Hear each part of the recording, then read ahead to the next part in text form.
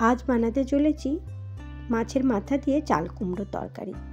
এই রান্নাটা তো সবাই জানে, কিন্তু আমি কিভাবে রান্না করেছি সেটা আপনাদের সঙ্গে শেয়ার করব। এই রান্নাটা আমার কিন্তু খুব ভালো লাগে, খেতেও খুব ভালো হয়।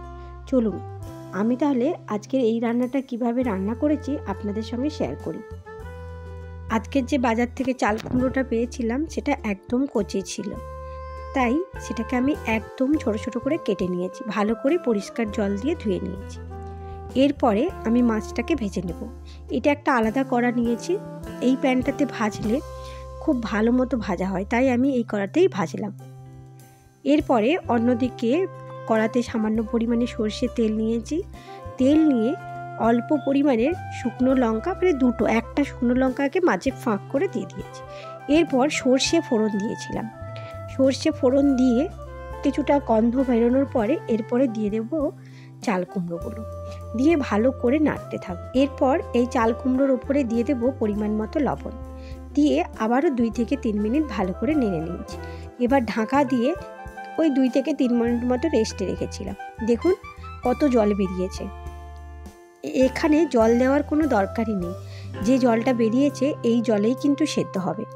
ঢাকা দেওয়ার পর কিন্তু আপনারা অবশ্যই গ্যাসের ফ্লেমটা লো করে দেবেন, তাহলে যে জলটা বেরোবে সেই জলেই সেদ্ধ হয়ে যাবে।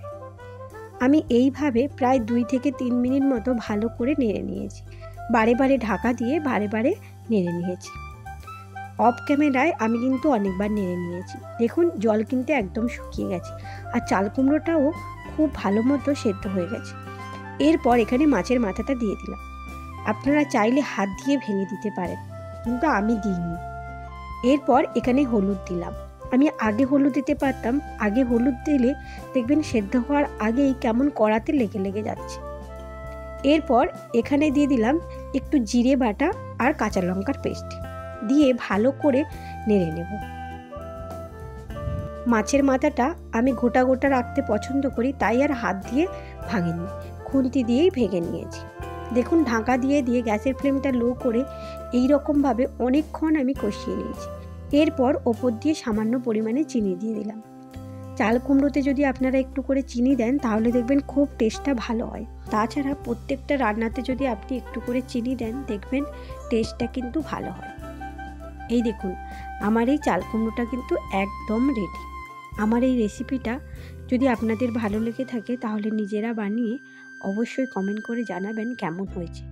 আর যদি ভালো লেগে থাকে তাহলে একটা লাইক দেবেন। খুব ভালো লেগে থাকলে বন্ধু আর ফ্যামিলির সঙ্গে শেয়ার করবেন।